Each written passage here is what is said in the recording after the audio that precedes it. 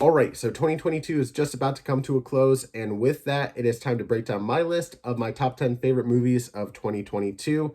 And yes, tomorrow I will be posting my list for my top 10 least favorite movies of 2022, but I figured most people would probably want to hear my favorites first, so that's why I did that.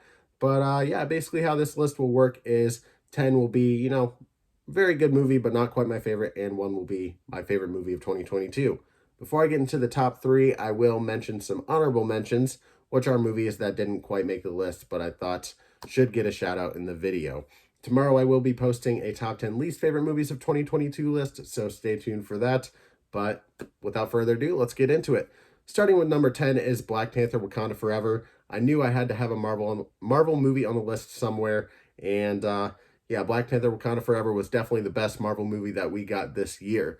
Thor: Love and Thunder and Multiverse of Madness kind of fell short, and this movie really delivered on the emotion. With the passing of Chadwick Boseman, they had a lot that they had to rework, but I think it added a lot to the movie as well. Again, because of the emotion of it, and they did a really fantastic job with this movie. Do I like it better than the first Black Panther? No, but still, again, best movie or best Marvel movie of 2022. If I do say so myself, I think a lot of people would probably agree.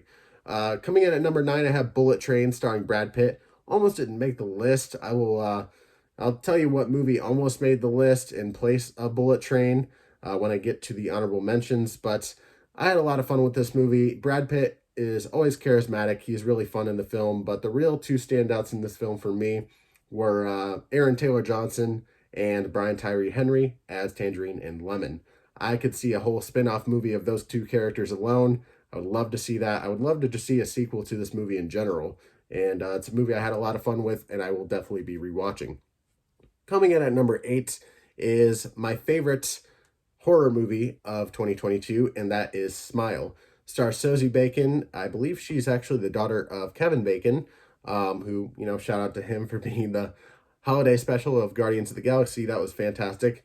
That didn't make the list because I didn't consider that a movie, so Zumi, it's kind of a short film, I guess, but short films slash specials don't really make the list, in my opinion. If it's on your list, that's fine. But yeah, Smile, I think, delivered on a lot of elements, not only psychological but supernatural. You could kind of look at it from a certain point, up to a certain point in the movie, from two perspectives, psychological and supernatural. And this is a movie that nobody was expecting to be good and was a huge surprise to everyone. Coming in at number 7, I have Nope, directed by Jordan Peele. And, I love Jordan Peele as a director. Us wasn't my favorite, but Get Out is definitely one of my favorite movies of all time. And this is a very different movie as opposed to his first two movies. And I love the whole science fiction alien aspect of it. I've always been really intrigued by that kind of stuff. So, him kind of taking a dive into this territory is something I was very interested in seeing. Yes, the first time I watched it in IMAX, I got very motion sick, but I'm not holding it against that movie because I think this is one of the best of 2022. Maybe not my favorite, but still one of the best. At number 6, I have Vengeance, which is written and directed by BJ Novak, who some of you might know as Ryan Howard on The Office. This movie delivered on a lot of heartwarming elements as well as a lot of comedy and a lot of drama and just like a little bit of suspense as well. It's about a podcaster. He's a true crime podcaster who gets contacted by a hookups family who thought that their sister, daughter, cousin, whatever it might be, was closer to this guy than he actually was. And so with that, he wants to make a true crime podcast about her. And in that, he kind of realizes there's a lot of twists and turns to the story, and Ashton Kutcher's in it as well. Boyd Holbrook is the older brother character. He's fantastic in there. Definitely worth watching if you haven't checked it out.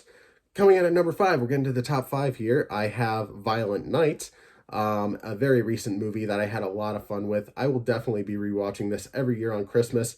Having watched Die Hard recently, maybe it kind of took it back a little bit for me, but at the same time, it's a movie I had so much fun with, even if it is very similar to Die Hard. David Harbour as Santa Claus, fantastic. I hear they're doing a sequel, so hopefully that turns out good, but we shall see in the future. Very funny movie. I love a lot of the action as well. The action is my favorite part. It's like again, Die Hard, but also kind of John Wick with Santa. So, really fun movie if you haven't checked it out. Coming at number 4, I have The Batman. You might be thinking I'm crazy for not having this at my number 1, or at least my number 2, or at least my number 3. I know, people. But having watched this 3 times, I start to kind of feel the runtime the more times I watch it, and there's some elements of it that I don't love. The darker elements of the movie make it a little hard to rewatch, but at the same time, it is one of my favorite Batman movies of all time, if not my favorite. Batman Begins would be a close second if, this one was my favorite. A lot of people love The Dark Knight. I love Heath Ledger as the Joker, but The Dark Knight's one that I was never a huge fan of, to be completely honest. I know I'm crazy for saying that, but yeah, I mean, The Batman 2022, I think, is a fantastic movie. Really realistic take on the Riddler, played by Paul Dano, and I think he's fantastic as that character. And Robert Pattinson as the Batman, I very much like the first time watching, very much like the second time. Third time watching, a little less, but I still have hope for this Batman franchise going forward. Very great film. Yeah, so I said I'd get into the honorable mentions before my top 3, so let's get into that. The movie that almost made the list in place of Bullet Train was Puss in Boots: The Last Wish. Since it was such a recent movie and I was just so surprised by that movie actually being good, I think I was just a little too excited about it by putting it on the list the first time. But maybe my opinion will change after I watch it another time, and maybe I'll be like, no, this actually takes the place of one of these other movies on the list. But as of right now, it's just an honorable mention. I think it's a fantastic movie worth watching, though. Unfortunate that a animated movie didn't make the list, though.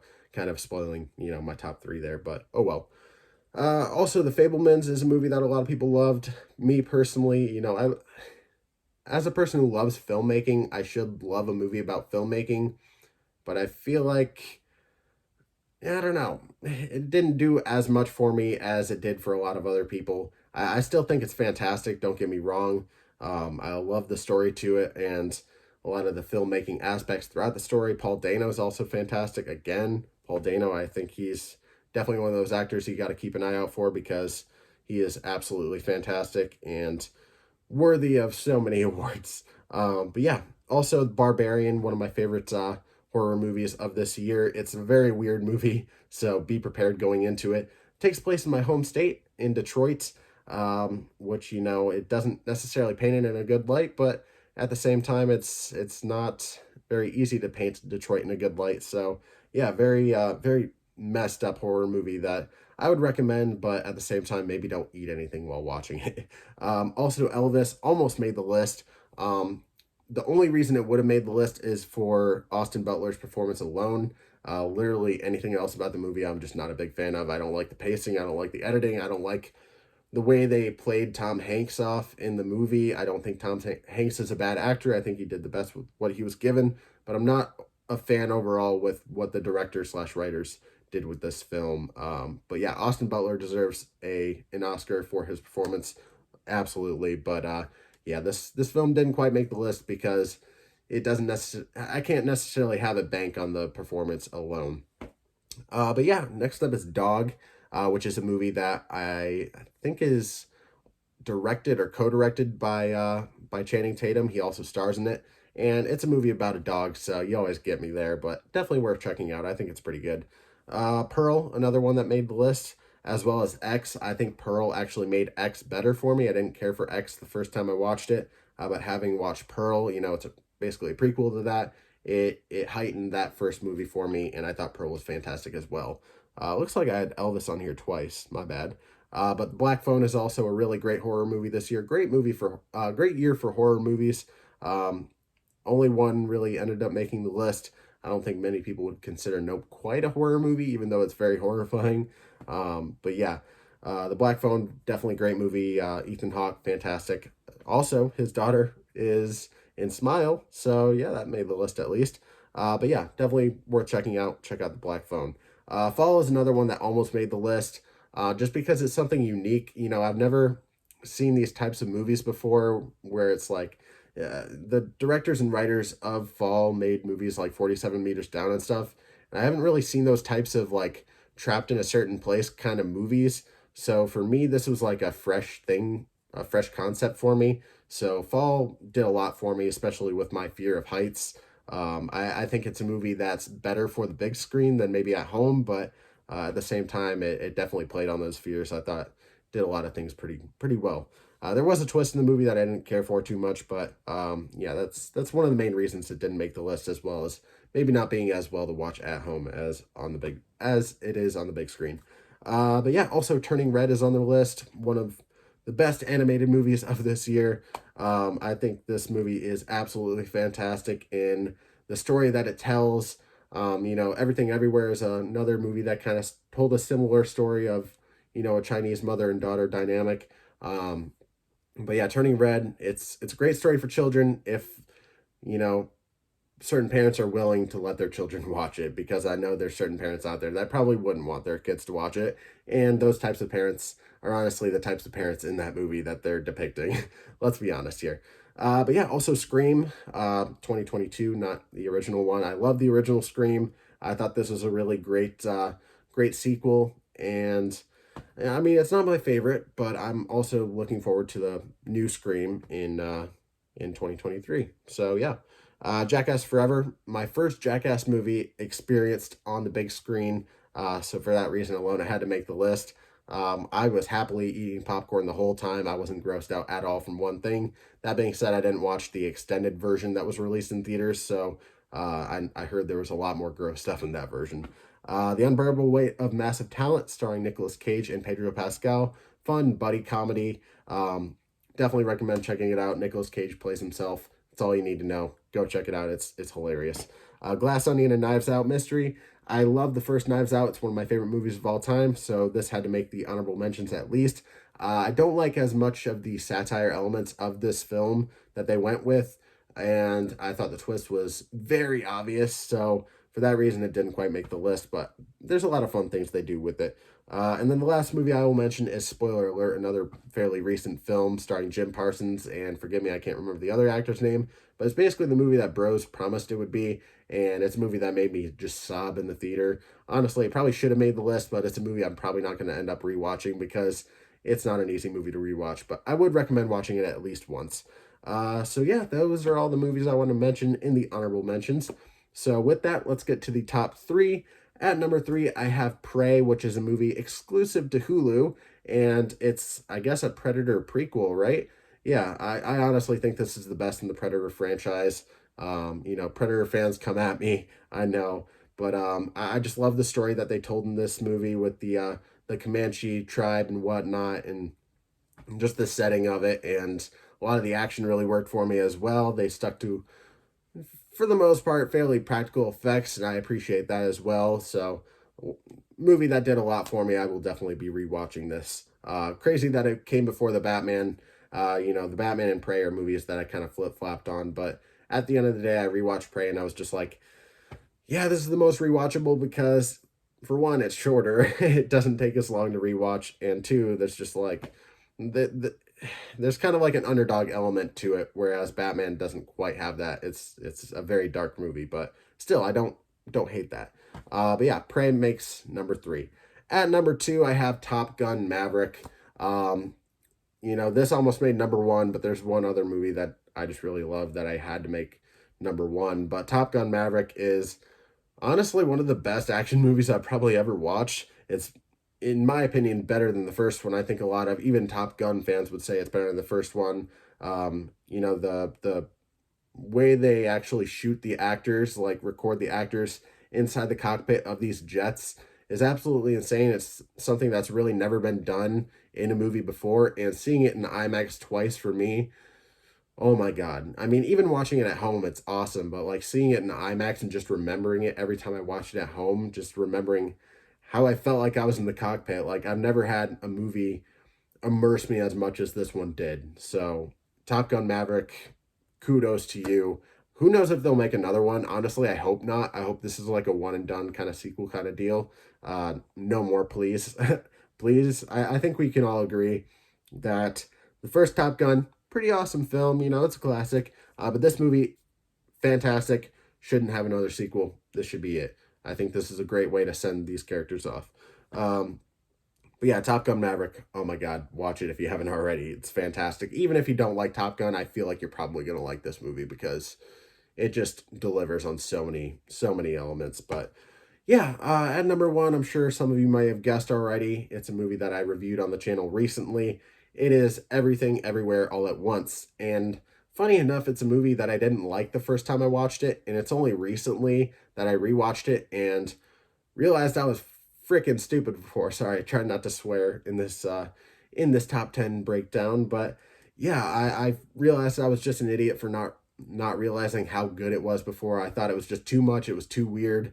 But after rewatching it a second time, I allowed myself to just escape into it and just kind of, I don't know, turn my brain off isn't the right word, but just like kind of get on their level, you know? Because I was just like so standoffish before watching it the first time, being like, oh, this is too weird. I don't like what they're doing here.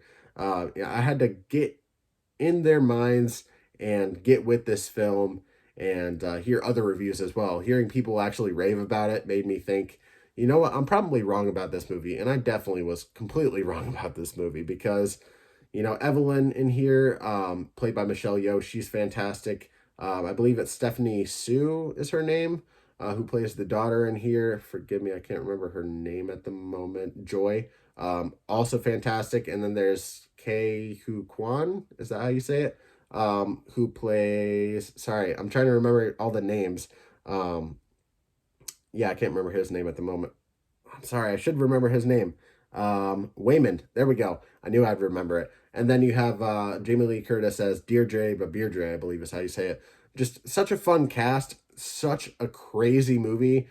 Like this movie just has so many crazy elements to it. And recently I watched Babylon, and that movie had a lot of really crazy elements to it. But this movie is crazy, but like tasteful crazy. And you got fights in here with certain adults tools, if you know what I'm talking about. And yeah, I mean, there's elements in here where they're like, I mean, I don't really want to spoil anything huge because it's one of my favorite movies, you know, of 2022, and honestly, one of my favorite movies of the last 3 years, possibly even one of my favorite movies of all time. I really want people to go watch this, but they play on the whole multiversal aspect, you know, similar to Multiverse of Madness. And this movie, I feel like, did that multiversal thing better than Marvel did, honestly. I really do think that. This movie had so much fun with that element of it. It's again, let me reiterate this. This is the weirdest movie you'll probably ever watch. But at the same time, at its core, it has such a heartwarming story about a mother and a daughter, and you know how the dynamic between a Chinese mother and daughter, especially, can be really strained and very difficult. And you know, similar theme shown in Turning Red. Here, you know, this is kind of like Turning Red for adults in a way. Very much recommend this movie if you are of age.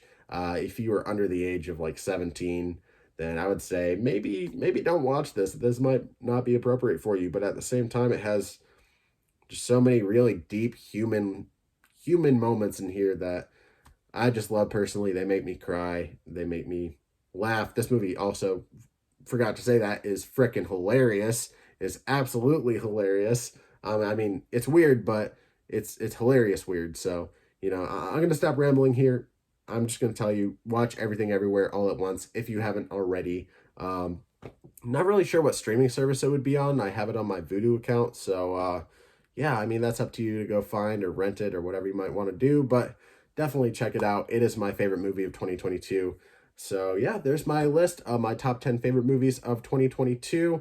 I would love to see your list down below. This isn't the right list. This is my subjective list. That's why I say my top 10 favorites rather than top 10 best, because this is just how I feel at the end of the day. And sure, a lot of these might change over time, but in this particular moment, this is kind of how I feel about all the movies I watched that I liked from this year. But again, I would love to see your list down below. Even if you don't have a top 10, maybe like a top 5 or a top 3. You know, not everybody watches, you know, just shy of 90 movies in one year like I do, or at least new releases in one year, because that's just including 2022 releases, not on top of the other movies that I've watched. So I've watched well over 100 movies this year, which is just insane to put into perspective. But yeah, I'm going to stop rambling now. Thank you all very much for watching. Come back tomorrow for my top 10 least favorite movies of 2022. And yeah, we're getting towards the new year. So if you're watching this after New Year's Eve, after the new year, Happy New Year. And I will see you in the next one.